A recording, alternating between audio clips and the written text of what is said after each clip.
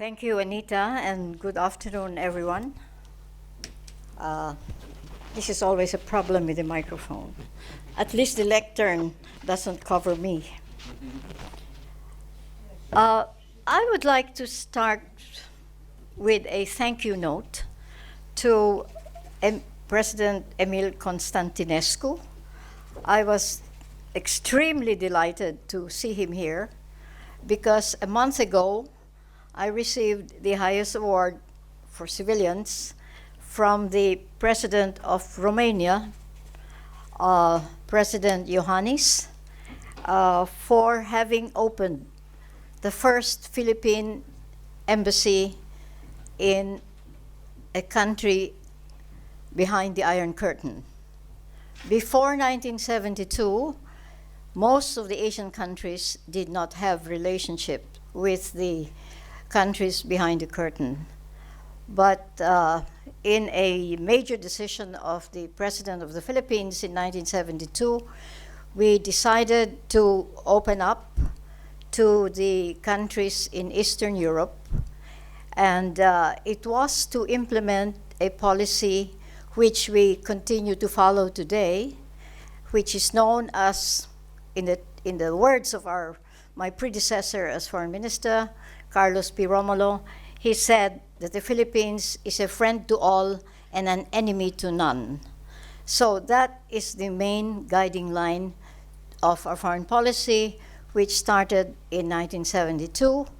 And in 1974, I was sent to open our first post in Bucharest, in Budapest, and the German Democratic Republic. The only other Asian country at that time in these countries were China, of course, Indonesia, and then the Philippines. All others stayed away from Eastern Europe until after some years.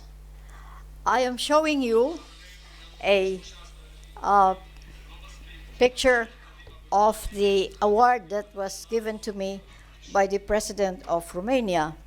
And this is relevant today because when the award was started to be implemented by the King of Romania, King Carol, it was stopped during the communist regime.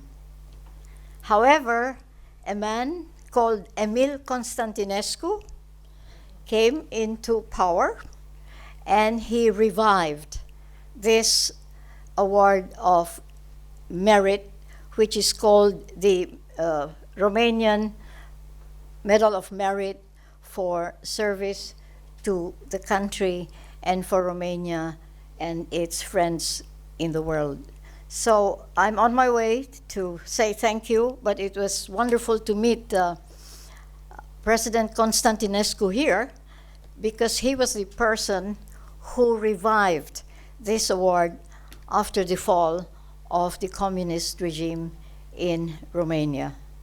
I opened the post there in 1974 and stayed there for 5 years. And I was also delighted to see the pictures that he showed today to us on what we know in the Philippines as people power. I don't know if you remember that people power really started in the Philippines in 1986. So I was looking at the years when this happened in the different countries in Europe. And it was in the Philippines which started the people power movement in 1986. And President Constantinescu also mentioned the role of Václav Havel. When I was ambassador to Australia, I was invited by the Governor General of Australia to sit at the table to welcome Václav Havel to Australia, who was on his way to the Philippines. And I said, Mr. Havel, we still don't have diplomatic relations. Why are you going to the Philippines? And he said, I'm going to your country to say thank you to a people who inspired people power in Europe. So if you saw the dates our people power was 1986. President Constantinescu spoke about music. I think I can speak about prayer. It was prayer that made possible people power of 1986, when millions of Filipinos came out to the streets to demand the president to leave his office and turn over to a duly elected president at that time, President Aquino, a woman who was the widow of a political leader who was killed by well, we still don't know who did it, but who was killed before, his wife took over as the president of the Philippines. So I was delighted to see, and I was looking at the years when it happened in Berlin. Actually, I was in Bonn at the time when 1989 it took place. And my husband, who was chief editor of German television, did a film on the Philippines, and he said, look, compare this to the people power in the Philippines. It's really the power of the everyday man who can make a change. And I said, well, in the Philippines, where the church has a very big influence, the cardinal, and he has a wonderful name. His name is Cardinal Sin, S-I-N. So when you go to his cathedral, he says, welcome to the house of sin. Anyway, he played a major role in getting the people out to pray and hope that there would be no harm to the people who were demonstrating. That was 1986. The people power in Europe started after that, 1989, and then and the others pictures which we saw in the films that were shown by President Constantinescu. So I think that I remember that I gave the title to that documentary of ZDF, Zweites Deutsches Fernsehen, and we called it The Gentle Revolution. It was a revolution, but nobody died.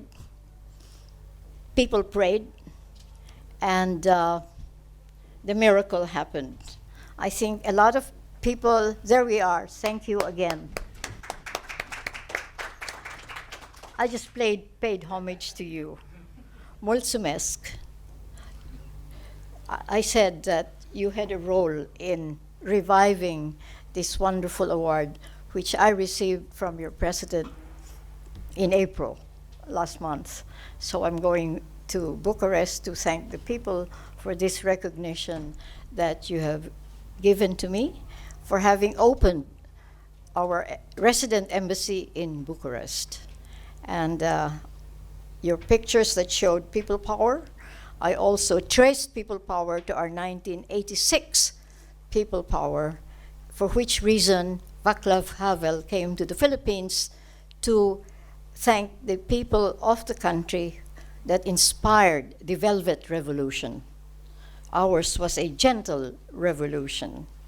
And I remember that in acknowledgement of what Václav Havel did for his country, the Philippines translated one of his major plays into Filipino language, which I thought, and which he thought was a wonderful way to acknowledge his role for his initiative in the Velvet Revolution of this country. So I just reminded people that our own people power was 1986, when a church-led revolution took place in the Philippines. So I thought that was my introduction. Thank you, Mark, for the invitation again to participate and contribute to your efforts in promoting global understanding through the Academy for Cultural Diplomacy. I truly applaud your dedication. I know we've been working together for ages. It has been more than a decade since I participated, which you said a little while ago, in your lecture series while I was Philippine ambassador to Germany from 2005 to 2010. However, from a distance, I have to tell you, I've followed your progress and your consistency in pursuing your mission. Congratulations. Anyway, I will just tell you a little bit of a story because there's just so much to be said, and I think so much has been said on cultural diplomacy. I would like to just look at it from my personal experience and following my retirement from more than 4 decades, not 50. The information was 50. Gives me 10 years more to my age. I joined the private sector with a mandate to continue serving the country. There's life after diplomacy. This meant promoting foreign investments to create jobs in a country of 110 million people. In my capacity as a senior foreign policy advisor of the global professional firm Ernst & Young. I'm sure you know Ernst & Young, EWAL. It's one of the big 4 accounting firms in the world. However, my mandate as a policy advisor to a private company did not end my engagement in promoting what I had been practicing as a diplomat. Let me highlight a few of my activities in diplomacy which have had an impact and continue to have an impact on my current activities of today. As a former chair of the Security Council in 2004, following the election of the Philippines as a non-permanent member, I introduced the agenda, the role of civil society in post-conflict peace building. I have to tell you that this was not accepted by the big powers. They told me, oh, civil society, it goes to ECOSOC. So I went to Kofi Annan, who's an old friend. I said, Kofi, but this is what I want to say and this is what I want to do. And something I learned from him, he said, Madam, you're the chair, you decide. So I went up and chaired the Security Council and decided to go on with my agenda. I continue to follow up and participate in efforts to address long-standing conflicts in our region. One of them is a long struggle between the Muslims in not all, in the southern part of the Philippines with the national authorities. Of our 110 million people, 5% are Muslims, and they live on the southern part of the Philippines next door to Indonesia, Malaysia, and Brunei. The country is 90% Christian due to the Spanish occupation of the rule of the Philippines from 1521 to 1898. After more than 5 decades of sporadic skirmishes, the conflict in the south ended in a peace agreement soon after the government appointed, for the first time, a woman social scientist to lead the government panel, who succeeded to end up with a peace agreement by listening. She always said, when I asked her, how did you succeed to address this issue between the Muslim South and the rest of the country? And she said, as a social scientist, I listened. I was open, I was listening until they both reached a compromise. And I'm glad to hear from our colleague from Cyprus that she had mentioned the role of this Miriam, Professor Coronel, who has now been engaged by the United Nations as a consultant on peace negotiations. I always ask her, how in the world did you do it? Because 50 years, nothing happened. And perhaps she said, perhaps it takes a woman. Anyway, I don't know what the men have to say about that. But this was proof that by listening and trying to understand and looking at the consequences of conflict, I think a woman has a very natural understanding of working for what to do for a post-conflict situation. Today, the Philippines is enjoying peace, harmony in that part of the world. And it's very important for us strategically because we are next door to the biggest Muslim country in the world, which is Indonesia, and of course Malaysia and Brunei. To support this continued peace, I initially felt perhaps this was a shaky peace. I moved on to invite women leaders of the Muslim community, led by the academics and businesswomen, to visit countries where multicultural communities live peacefully side by side. And I'm delighted to meet you from Morocco. That's where I took them. And I said, look, here they are living peacefully, side by side, different religions, and they're doing a great job. I must thank the Moroccan example, where I brought 15 women leaders from Muslim Mindanao, and they met and talked and shared experiences to lessen the pressure on them, feeling that they were a minority in a country that is predominantly Christian. The experience of witnessing peaceful coexistence of communities, practicing different religions and other traditions, led to the creation, and I participated, of a women peace table. It's not easy just to say we have concluded the agreement, the peace agreement is signed. One has to nurture the agreement, nurture what has been agreed upon, and we have created a women peace table to make sure that the peace agreement is respected by both sides.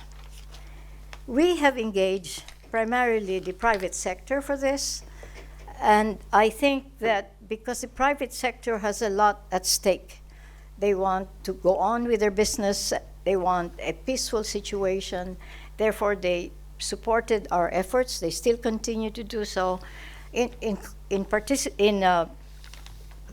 partnership, by the way, with academic institutions in the south of the Philippines. Why am I very keen on the gender agenda? Perhaps because I was the first woman foreign minister, but it goes beyond that. I draw my personal interest in the engagement of women in political, economic, and social activities from my experience as part of the team of the Philippines to make the initial draft, the first working draft of the Convention on the Elimination of All Forms of Discrimination Against Women. Recently, a UN document came out with a big title, Who Wrote CEDAW? And of course, they reflected our participation from 1972 when I was in Geneva and was advisor to our ambassador, and she was rapporteur of the Commission on the Status of Women. And we were asked as a rapporteur to work on the initial draft of the convention. It took a long time before the convention was finally signed and ratified by 183 countries. However, a few big countries have not ratified it, and I don't know why. We believe that the CEDAW is one of our major contributions to humanity because it has served as a Bill of Rights for women, not only for us, but the women of the world. Similarly, the Philippines also initiated the creation of the annual meeting of Women Leaders Network in APEC. Those of you who are not familiar with all this spaghetti bowl of, organizations in Asia, you have ASEAN, you have APEC, you have all this AFTA, and it's really a what we call this noodle bowl. But because we felt that we are weaving a tapestry of agreements to draw the region together and to ensure that peace reigns and allow economies to grow. And this has shown its impact. If you look at the Asian region today, it's the most healthy, or it has a very strong percentage of GDP growth because there is peace. And for this reason, we do value peace, and this is why we engage not just the men leaders out there, but women leaders as well. I remember when we chaired APEC in 1996, I was Secretary General, and the President said, oh, we have, President Clinton is coming with Hillary. And I'm sure she would not like just to visit orphanages and all these things. I'm sure she'd like to do something else. So we designed a program for her and the other spouses of the leaders, and we created the Women Leaders Network in APEC, which today exists and a very active participant in linking together women in business in the region. Because if you look at what APEC means, APEC is the Asia-Pacific Economic Cooperation. This is a unique organization because it's the only one where Chinese Taipei is part of APEC. Chinese Taipei, we had to drop the word Taiwan because the Chinese wouldn't want it. So it was a compromise to call Taiwan Chinese Taipei, and they accepted that. And then Hong Kong at that time, before it went back, was also a separate member of APEC. So it's interesting how these women's groups evolve because of the great interest to really participate in ensuring peace in the region. Let me now turn to the role of cultural diplomacy in our region, which has served to strengthen what I consider as one of the more successful groupings of countries named ASEAN. I am delighted that Mark invited me because all I heard was about Europe. We are out there. We are 650 million people, so you can't disregard 650 million people who are doing well. And ASEAN was, of course, started off as a movement to contain the spread of communism in our region. The first step for newly independent countries in our region was to form what we call Association of Southeast Asia. We initiated that in the Philippines, Malaysia, and Thailand. Thailand always felt that it was at the doorstep of the incursion of communism coming from China down to Vietnam and then to Thailand. However, we felt that you can't talk about Asia or Southeast Asia without Indonesia. Indonesia is the country with it's more than 280 million people, so you can't disregard that. And therefore, we bonded together and the Philippines brought it in. We were called the Mafilindo. It's Malaysia, Philippines, and Indonesia. However, this was group of 3 and 3.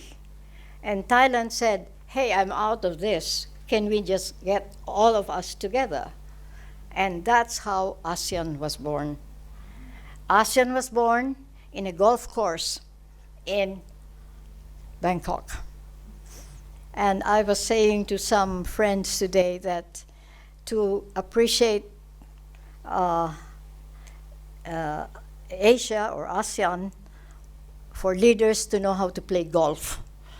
It is a very important part of forming friendships and connections.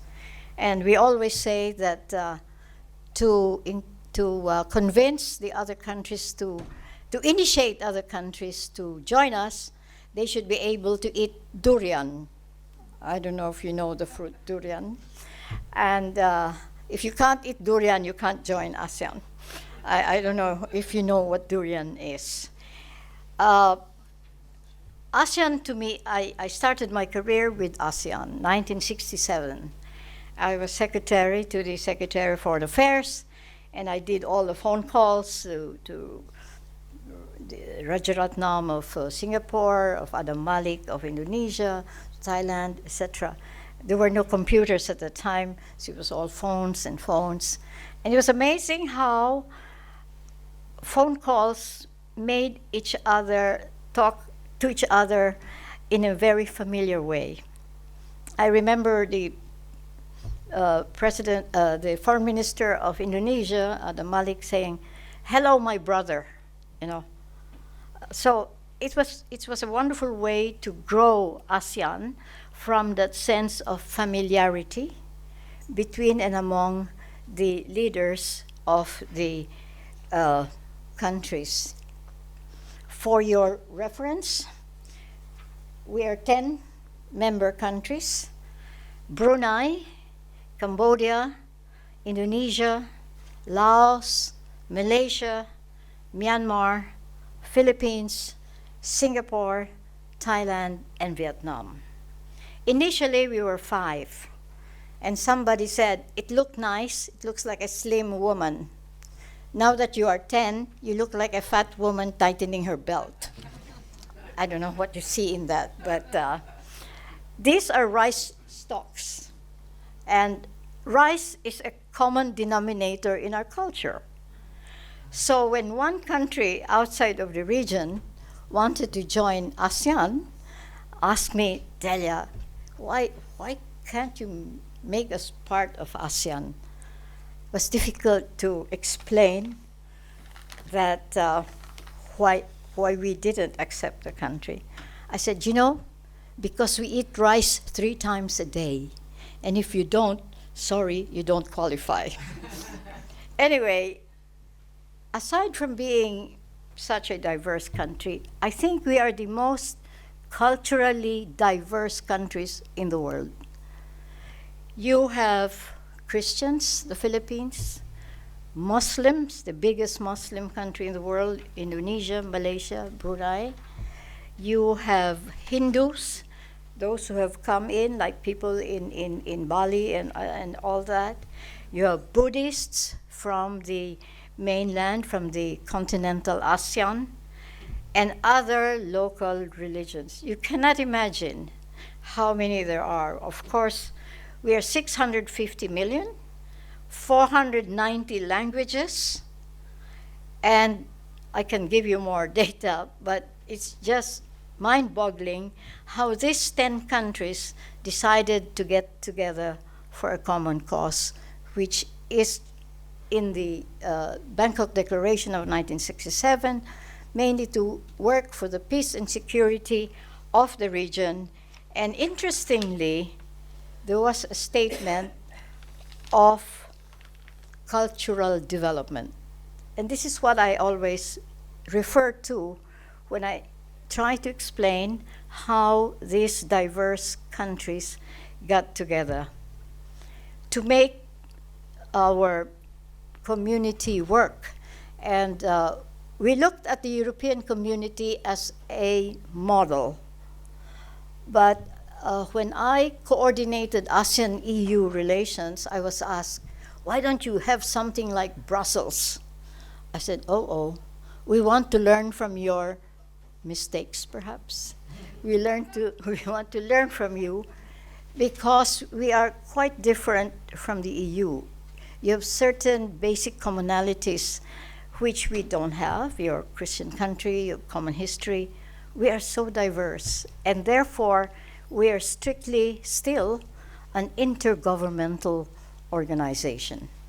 However, we have built an ASEAN Charter to which everyone has to commit themselves to, and decision making is by consensus, which also helps in being able to achieve whatever goals have been set. And what I would like to highlight is the fact that we have identified 3 pillars to build that community. We started with an ASEAN community with a small letter C, and we tried to see how we can evolve as a community, big letter C. It started with our free trade area when we decided to lower tariffs, etc. It was a step-by-step development to make us who we are today. Of course, the 3 pillars, we tried to have the 3 pillars to which everybody would contribute to. It's political and security. You have economic integration. It took us many years before we accepted the word integration. For many years, integration was a dirty word in ASEAN, until we decided in 1992. Can you imagine, from 67 to 92, we could not talk about integration. It was the economic integration that propelled everybody to say, yes, why not? And so the ASEAN Free Trade Area gave birth to the word integration in our vocabulary. And the 3rd pillar, which to most of our people think should be cited as the 1st pillar, is socio-cultural community. We are building these 3 communities together to build the ASEAN community, big letter C.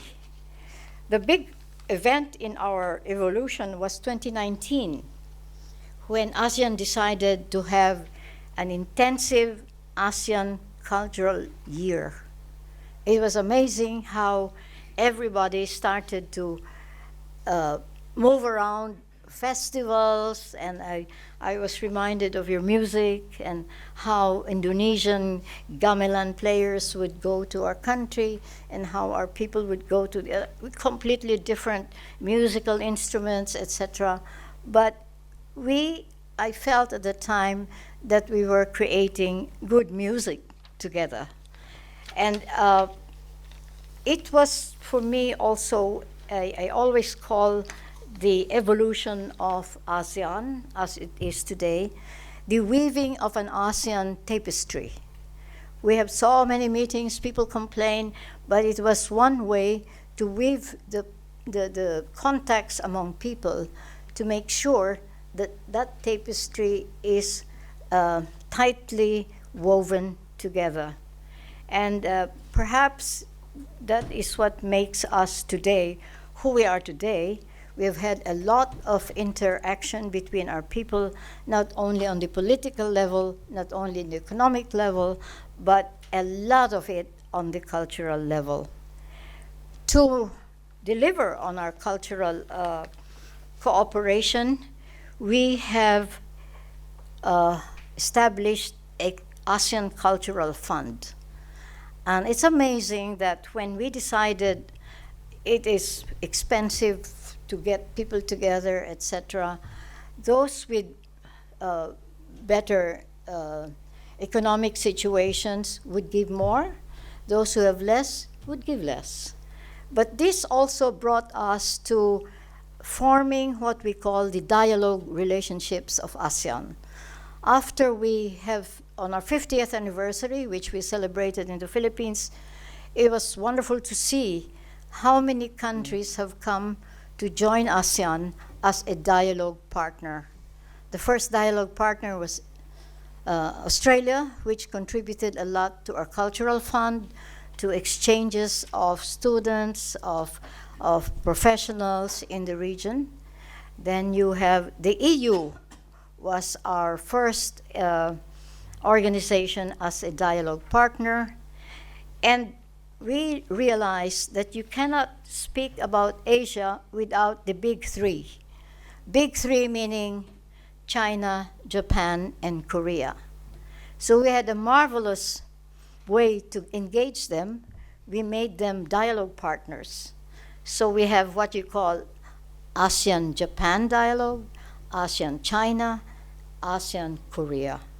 And each of these countries today have very strong activities to promote cultural interaction between and among ASEAN, China, ASEAN, Japan, and ASEAN, Korea. In each of these countries, you will find an ASEAN center, which is wonderfully put together. And each of the ASEAN countries have what you call the ASEAN corner, where all the national ASEAN, the academic institutions in each of the countries have it's an independent corner in every country, which takes care of educating people what ASEAN is all about and what our responsibilities are as a member of a regional community. Indeed, cultural diplomacy, and I tell you, it's very strong in ASEAN. And the cultural agreement has done a lot, I think, for this. I remember the Japan Fund, where Japan, it's amazing what Japan does. They have this ship of students from 10 countries to travel around the region with students from their own country, so that they get to know not only among themselves as ASEAN member countries, but also with Japanese students as a dialogue partner of ASEAN.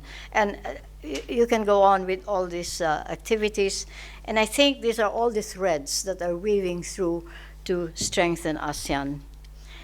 All of these interactions, I believe, has led to the member countries to discover not differences, but commonalities. We discovered that of course, we all ate rice. And then we have different way of cooking curry. But it's still curry. We have different way of cooking grilled whatever. And the spices that we use, some countries use more, some countries use less. But it was always a process of discovery of finding what is common. And I think the success of ASEAN for the past 56 years, we are chairing ASEAN in 2026. By the way, we normally follow the alphabet, but because we all feel that Myanmar is misbehaving, so we don't allow them to chair us until they put their house in order. So it's like a family saying, you're bad boy, you're not going to have what you normally have. And I think that this is the strength of ASEAN, that we are able to bring together identified commonalities, and that we are all working for peace and security in the region. Most recently, I think 2 years ago, some of you former foreign ministers may find this a crazy idea, but we felt as the older former foreign ministers, we had more leeway in being candid. And we formed a grouping of 10 former foreign ministers, and we call it the Amity Circle. And we get together and look at issues that seem to be intractable at the leadership level or at the political level. And because many of us say, hey, the foreign minister was in my staff, I can tell him. Or, hey, the foreign minister used to report to me, I can tell him. It is a very personal approach, but we find it very useful because so far so good. We have kept the peace, and it has led to prosperity of the region.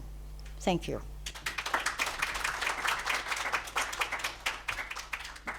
Thank you so much, Ambassador Albert. We'd be very pleased to take questions and comments, so please don't hesitate. As always, raise your hand, and then if you could briefly stand and introduce yourself. Any comments or questions you have? Please, okay.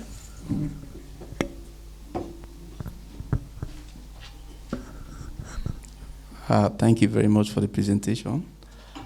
My question is, I want to know, as a bloc in Asia, what have you done in bringing back Cambodia to stability? Sorry, again. As a family of Asia, what have you done to bring Cambodia, who is a member of Asia, stability in Cambodia? Cambodia is part. Sorry, Myanmar, sorry. Well, Myanmar, Myanmar, sorry, we had in the ASEAN summit some years ago, 2-3 years ago, we had a 5-point plan for Myanmar. Number 1 is ceasefire. Number 2 is to release Aung San Suu Kyi. It's a 5-point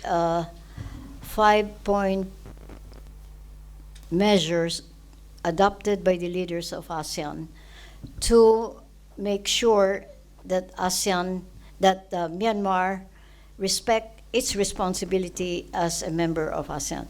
And the first thing we were really concerned about was the plight of the Rohingya, if you remember, and especially because they were Muslims in a largely Buddhist country.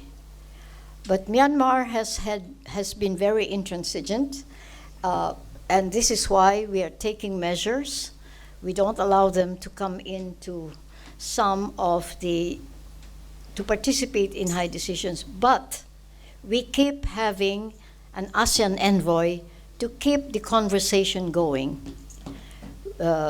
Thailand, which has a 2,000-kilometer border, is of course very concerned because of the many tribes that would flee into Thailand, and there are thousands and thousands that do that. But we feel that hopefully in time, the measures that ASEAN has imposed on them would slowly be observed. But I myself, I don't think it can happen soon. That's my personal opinion.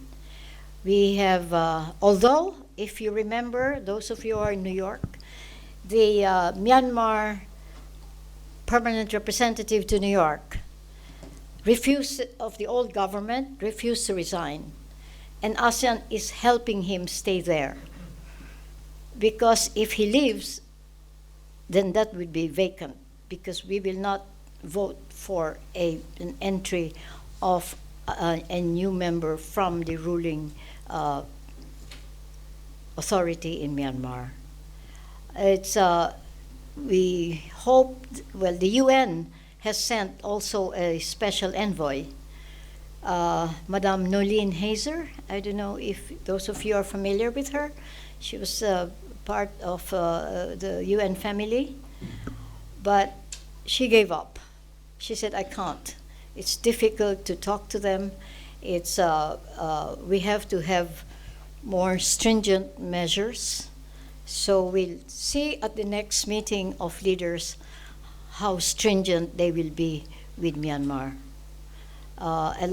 It's a pity because Myanmar could easily be one of the richest country members of ASEAN.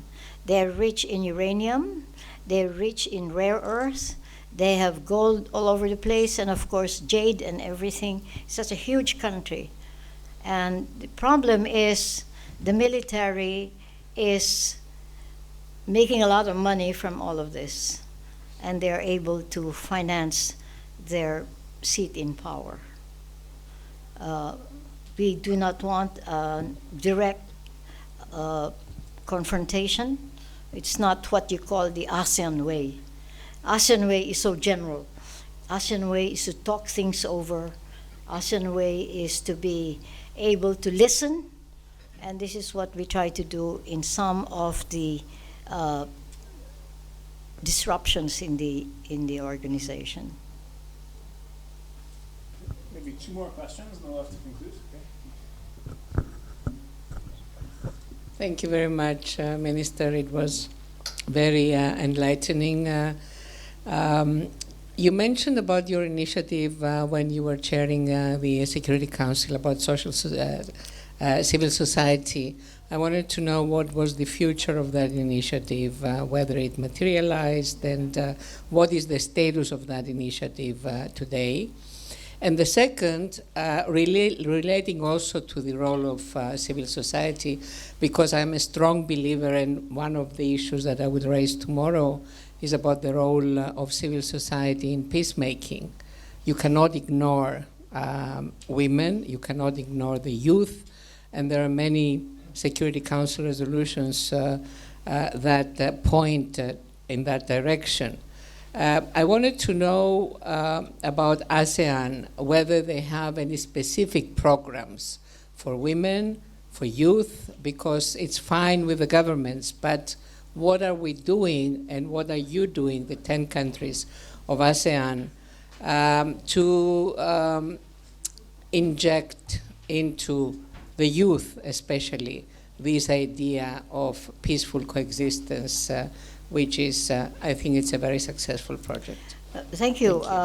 About a year ago, the Philippines initiated the first register of women. We're starting with a list. It's called the Peace Register of Women. It's a register of women working for peace and development. We always put peace and development together because we feel that, okay, you have peace, what do you do next? You have to empower women, you have to make sure that they are economically integrated into the economic fiber of economic life of the community. Youth, there are several ASEAN Youth Council, which is an offshoot, and they participate very actively in many of the exchanges, cultural exchanges. And this is done through the ASEAN Secretariat. We have a very mean and lean secretariat. You cannot imagine that for 650 million people, we have a very small secretariat based in Jakarta. But it's because countries who propose like a youth council takes care of being able to see that through. The Philippine Initiative and Cambodia, by the way, Vietnam, is the AWEN, ASEAN Women Entrepreneurs Network. There are so many networks that have evolved from the interest to engage civil society at different levels. There's a whole list of this, ASEAN that, ASEAN Women for Peace, but the ASEAN Register for Peace and Security has been submitted to the United Nations as a way to implement 1375. And this is a very clear implementation of what we have engaged ourselves to do, following what we believe in engaging the civil society. You can't imagine how many NGOs there are. There's a ASEAN Kite Society, they fly kites together. ASEAN Dentist, whatever. And they all are guided by what ASEAN is to the community. Less and less, I think, more and more, there is engagement at the level of professions, of ASEAN University Network, for example. They consistently work together. Singapore leads this, and they do all the concept papers for future activities of the ASEAN University Network. There's a network almost of everything you can imagine. So these are the downstream implications of what we talk about as engaging the civil society. Actually, I remember when I chaired the Security Council, I invited CARE, I invited 3 or 4 NGOs, and some of the chaps in the Security Council said, "How dare you invite them here?" I said, well, sorry, guys. They're still part of our community. So you've got, and as Kofi Annan said, you're the chair, you decide. You keep them there, you keep them there. So that's part of the contribution that we can make as chairing the Security Council. Many hands, but we actually have time only for one more. Didem is saying nothing, but we are like 1 hour behind already. One brief question. The thing is, they're going to make loud music soon, so the next speakers will be not even be able to speak if we take it too long. So just a little warning. It's not going to be me, it's going to be music from the outside. Well, in that case, maybe in respect for our next speaker, maybe we should take heed to that. But I'm sure afterwards, maybe we have a chance for some informal conversations and discussion. We would like you to stay on the stage for a moment, but maybe first let's express our sincere gratitude to Ambassador Albert for her excellent presentation and the discussion.